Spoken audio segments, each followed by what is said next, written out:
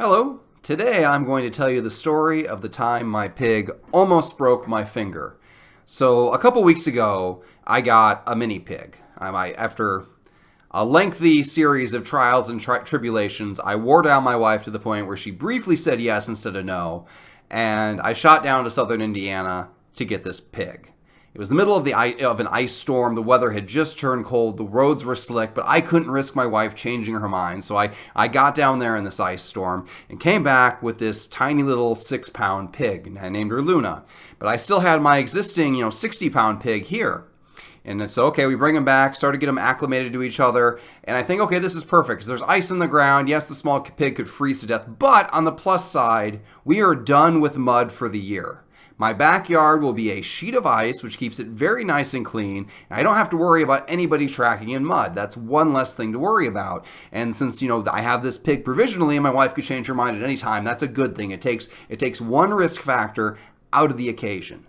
But I live in Indiana. Next day, all of that ice, every bit of that ice melted. And my entire backyard turned into a mud pit. It was more mud than I have ever seen before. There were World War I battlefields that were less muddy than this. And I've got a 60-pound pig out there walking around with these little deer legs with the hooves that come down that are about this big, and they just sink all the way in that mud, and they pull it out, just big globs of mud on there. And then this pig comes back inside and tracks it through my house, like literally dropping chunks of mud across the carpet as she goes. This is not the impression I want to give my wife of pigs when we've just gotten pig number 2. I don't want her to think we've made a mistake. And this is really wet, sticky mud, like it's getting all over everything. This pig wants to jump in my daughter's bed because that's where Gilly usually sleeps. It's an issue.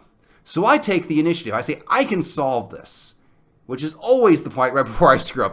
That's always the point where disasters begin. I think, I can solve this. So the night before at that pig breeder, I had mentioned how hard it was to give my pig a bath, and she said, oh no, it's easy.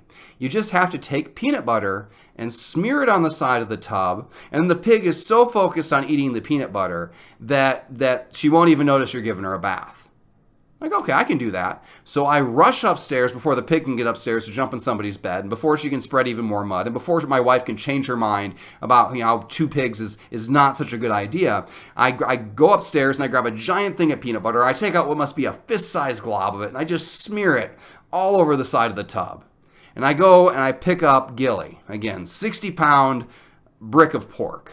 She does not like being lifted up. It always freaks her out. I'm the only one in the house who can lift her, and I can't really lift her very well. So she's immediately not happy, and I drop her in this porcelain death tank. I mean, she has memories from when she was little when we used to try to give her baths. This is not a happy place for her. She has always freaked out. But when she used to freak out, she was half this size. She was more containable. But now she's 60 pounds of pure muscle, freaking out, and she can very easily jump out of this tub. So I put her on there. She's squealing like she's being murdered. The neighbors are asking questions. You can probably hear this sound a couple blocks away. And I think, I just got to get this done. She's going to eat the peanut butter. I flip on the water.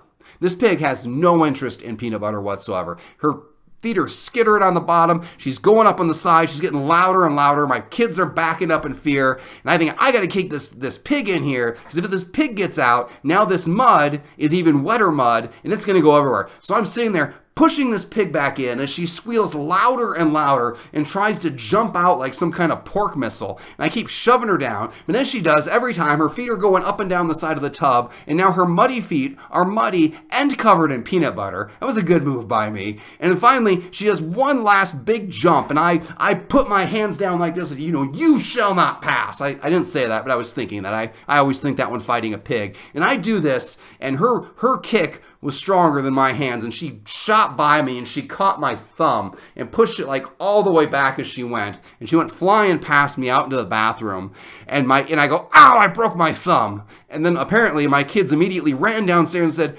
Dad broke his thumb. Dad broke his thumb. I didn't literally break my thumb, but sometimes you say things in the moment that aren't the greatest because your peanut butter covered pig just shot out of a tub. Yeah, it was kind of one of those moments. So I was up there trying to wrangle this peanut butter and mud covered wet pig in the bathroom, and she's tracking mud and peanut butter everywhere. When my wife, my not thrilled about 2 pigs wife, walks in, did you break your thumb?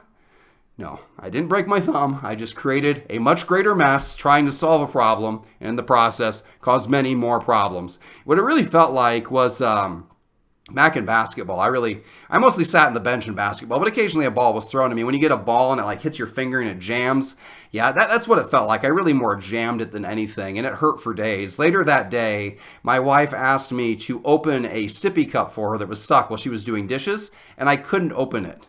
I was incapable of opening a stuck sippy cup because my pig had wrecked my thumb.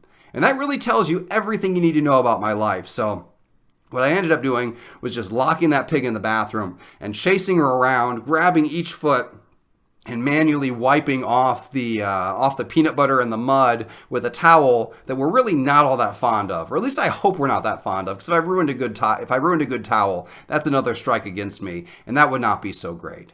So I kind of sort of eventually got her hooves a little bit clean and she got out of there. Then I realized I had a tub that was filled with mud and peanut butter, which does not come off super easy. And for the record, I don't even know how she was supposed to get that peanut butter off the side of the tub. I mean, she's not a lizard. Like, her tongue doesn't come out the front of her mouth. I guess, or like a dog, too. I don't know why I jumped to lizard there. She would have to, like mash the side of her face up on it and, like, try to gnaw it off the wall. This is a bad idea start to finish. I didn't think about it, which is, how I ended up with two pigs in the first place. So anyway, that's the story of how my mud and peanut butter covered pig almost broke my thumb. Yeah. Subscribe for more stories like that.